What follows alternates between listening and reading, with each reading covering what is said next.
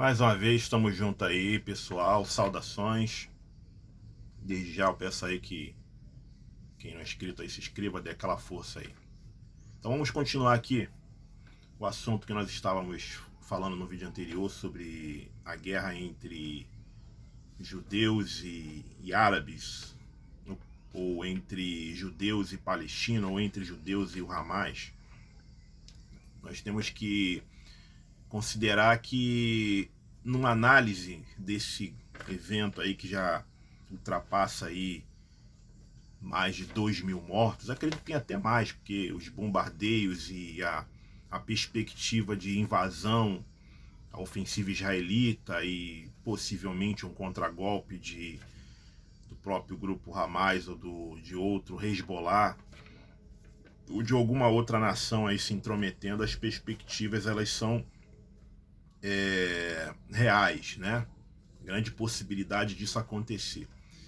Então, no primeiro vídeo eu me posicionei de uma forma a questão da neutralidade, né? A gente ser neutro, porque numa guerra ninguém ganha numa guerra, né?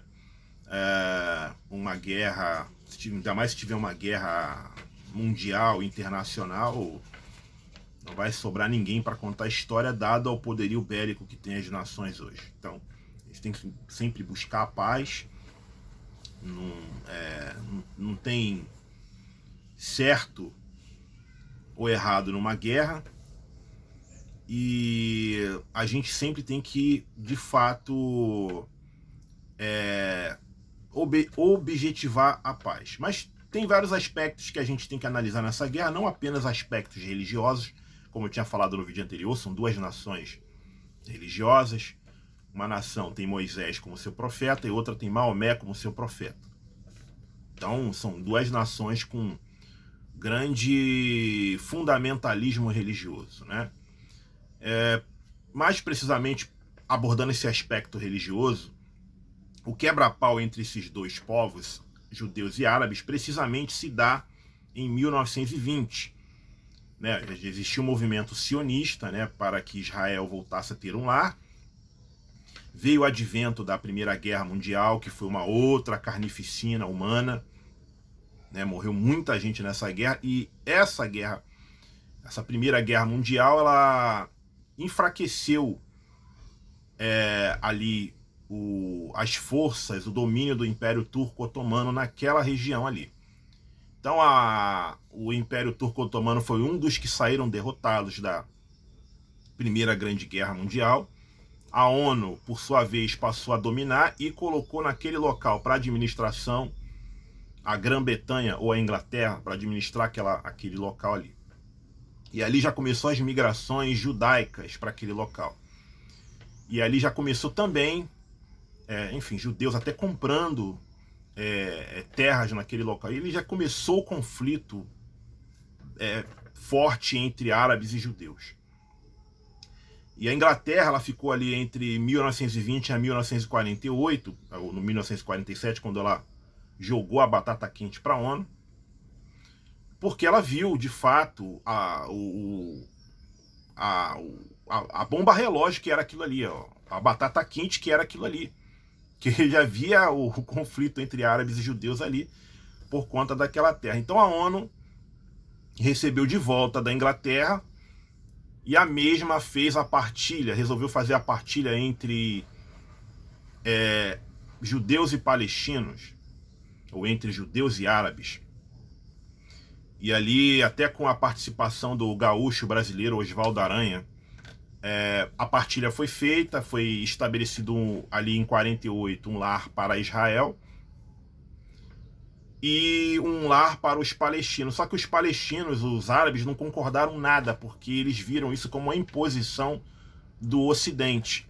Então, o estabelecimento de Israel ali como uma nação, e também teve o Holocausto nazista também, que comoveu muita gente. A ONU viu aquilo ali, vamos dar um lar para eles. Anteriormente já tinha todo o movimento, né, em busca de um lar, um movimento sionista, tendo em vista que lá no ano 70, com o general Tito de Roma, que invadiu, a Judéia e de fato matou muitos judeus e expulsou, eles ficaram ali vagando pelo mundo sem um lar.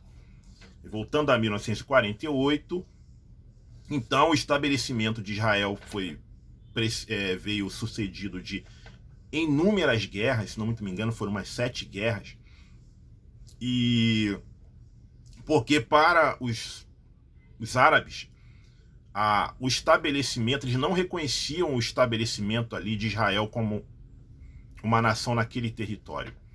Isso sem contar o elemento sagrado que fica sob domínio da ONU, que é Jerusalém, porque ali é importante para as 3 religiões monoteístas, né? O cristianismo, o judaísmo e o islamismo. Né? O cristianismo, né? Porque ali em Jerusalém, ali tal, desceu o Espírito Santo, o Pentecoste, e enfim, capacitou os apóstolos aí pelo mundo pregar o evangelho. O judaísmo pela questão de Abraão, né? Sacrifício de Abraão ali, o que não se concluiu, né? E a questão também do templo, a esperança que eles têm de reerguer o templo de Salomão, e para os islãos que foi dali que Maomé ascendeu aos céus. Então Jerusalém de fato é importantíssima para as 3 religiões monoteístas. Então há uma esperança de ambos os lados de retomar aquele território ali. Tanto é verdade que ali no Domus da Rocha tem a mesquita islâmica, conhecida como a mesquita de Omar, né? Fica ali uma mesquita islâmica, esse é um detalhe. Então, de fato, assim, dentro da perspectiva teológica de ambas as religiões, judeus e principalmente judeus e árabes, o cristão é mais uma questão mesmo histórica, mas para judeus e árabes há uma perspectiva assim de um dia retomar aquilo ali, sendo que aquilo é vital para as suas religiões. Então é um conflito dentro da perspectiva religiosa, teológica, é um conflito inevitável. Agora, falando sobre a questão econômica, que é um outro aspecto também que nós temos que abordar, essa questão religiosa que é de fato muito importante, que fundamenta todo esses ocorridos, dá muito fundamento para esses ocorridos que nós estamos vendo aí. A questão econômica hoje é o seguinte, né? A gente tem Israel hoje, né, com uma das potências econômicas daquela região ali, tem um PIB de 393 bilhões de dólares. Israel é forte no turismo, na agricultura, enfim. É uma potência econômica naquela região ali. Israel vem adotando uma política de 17 anos de bloqueio a Gaza, de todos os jeitos, até fazendo aliança com o Egito, né, para bloquear, para atacar o único meio que eles têm de fazer comércio e outras coisas também, que é os túneis subterrâneos, né? E isso tem gerado ali na população que está ali em Gaza, os palestinos, tem gerado crises econômicas. Então tem gerado uma explosão de desemprego na casa de 47%. O resultado disso é que o povo sem ter emprego gera o quê? As pessoas sem ter o que fazer. Pessoas desocupadas, né? Melhor, desemprego. Desemprego gera isso. O povo sem ter o que fazer se alia à milícia do Hamas, né? Que o Hamas é uma milícia radical islâmica, né? Que de uma certa forma ali dentro daquele cenário ali foi eleito, enfim, domina politicamente ali. E, enfim, eles vêm com um discurso de fato que Israel oprime e tem os embargos, sim, isso é fato, mas você também tem uma população jogada na miséria, na fome, no desemprego, em que eles vão se aliar às milícias, ou seja, eles vão de alguma forma ganhar algum dinheiro se aliando a essas milícias do Hamas na luta contra o opressor que é Israel. Então isso explica o crescimento desse grupo, dessa milícia radical islâmica. Se a gente for analisar bem a história desse grupo, eles têm origem na Irmandade Islâmica, que surgiu em 1928 no Egito. Eles têm origem dentro dessa Irmandade. Mas como assim um braço militarizado, eles surgem para o cenário ali dentro da Palestina a partir de 1987, né?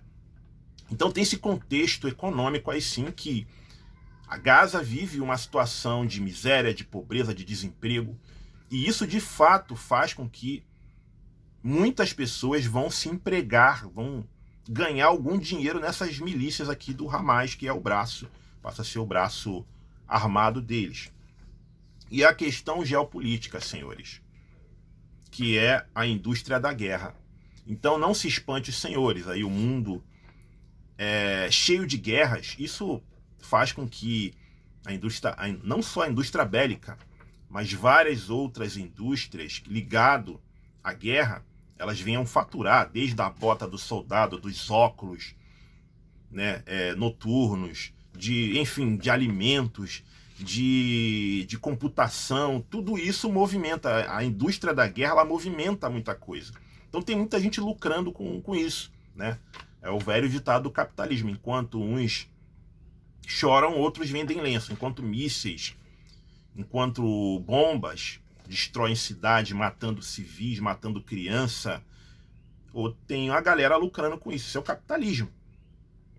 E a gente está vendo aí, no caso de Gaza, né? Luz cortada, água cortada e bombas caindo na cabeça. E no caso dos Israel, né? Mísseis também indo em direção à região. Eles têm até uma tecnologia de autoproteção chamado sistema guarda-chuva, mas tem morrido muito israelita nessa guerra, né? Então a gente vê que isso não é em vão, porque a gente tem por detrás, aí falando de uma questão geopolítica, a gente tem a indústria da guerra, que vive de fomentar em várias partes do mundo várias guerras, incluindo a nossa guerra brasileira aqui, né? Que a gente tem uma guerra aqui, a guerra urbana que nós temos aqui, né? A indústria bélica lucra com tudo isso, entendeu? E muitas outras coisas lucram no entorno de toda essa matança, de toda essa carnificina, né? A humanidade está se matando uns aos outros e muita gente lucrando, porque existe toda uma indústria que fomenta isso. Existem nações em que é essencial para o seu PIB toda a indústria da guerra. Então eu quero que os senhores atentem que esse evento tem um fator religioso histórico, sim, sem a qual a gente não vai entender toda a motivação de ambos envolvidos nessa guerra, mas também tem fatores econômicos, né, como eu falei aqui, 47% de desempregado em Gaza, e tem o fator geopolítico, que é a indústria da guerra, que tem servido para, de fato, alimentar o sistema capitalista de muitas nações. Então, meus caros, eu quero que os senhores entendam isso, né? Não é bom para nenhum de nós, mais uma vez eu recomendo, eu oriento a todos a de fato manter uma postura de neutralidade, não cair nessa asneira de que um lado é bonzinho e está fazendo justiça e o outro não. A gente cai até na asneira da teologia, não, porque nós temos que orar pela paz de Israel, porque a Bíblia assim nos recomenda. Gente, a gente tem que orar pela paz de Israel, da Palestina, do Afeganistão, do Rio de Janeiro, de São Paulo, do Rio, enfim, do Brasil e de tudo que é lugar, gente. Não tem essa. Israel, nesse momento, está atacando, está derramando bombas sobre cidade, matando aos milhares. A gente vai orar para que haja paz em Israel, sim, mas que eles parem também de matar, entende? Então, Se a gente for entrar até na questão teológica também, a gente vai render, né? Por exemplo, Jesus, ele lá nos evangelhos, ele amaldiçoa a figueira. Israel é símbolo, é simbolizado por figueira, não é isso? E aí a gente vê que no ano 70 vem o general Tito de Roma, invade, mata, segundo os historiadores da época, pegavam árvores para fazerem cruz para crucificar judeus, abriam, como Jesus fala, ai das grávidas e ai das que amamentam, abria as barrigas das mulheres grávidas, tirava os bebês e colocavam gatos vivos. Se não muito me engano, quem fala isso é o Flávio Josefo. Então, gente, isso é mais uma constatação da loucura que é o nosso planeta. A religião, que de fato transforma as pessoas no que bem entender, e até em pessoas genocidas. A economia, que de fato é uma economia opressora, excludente, que é capaz de deixar as pessoas na miséria. E a geopolítica, né, que de fato vai ter lucro em todos esses eventos, que de fato traz desgraça para todos nós. Mais uma vez aí, galera, muito obrigado aí pela paciência e saudações.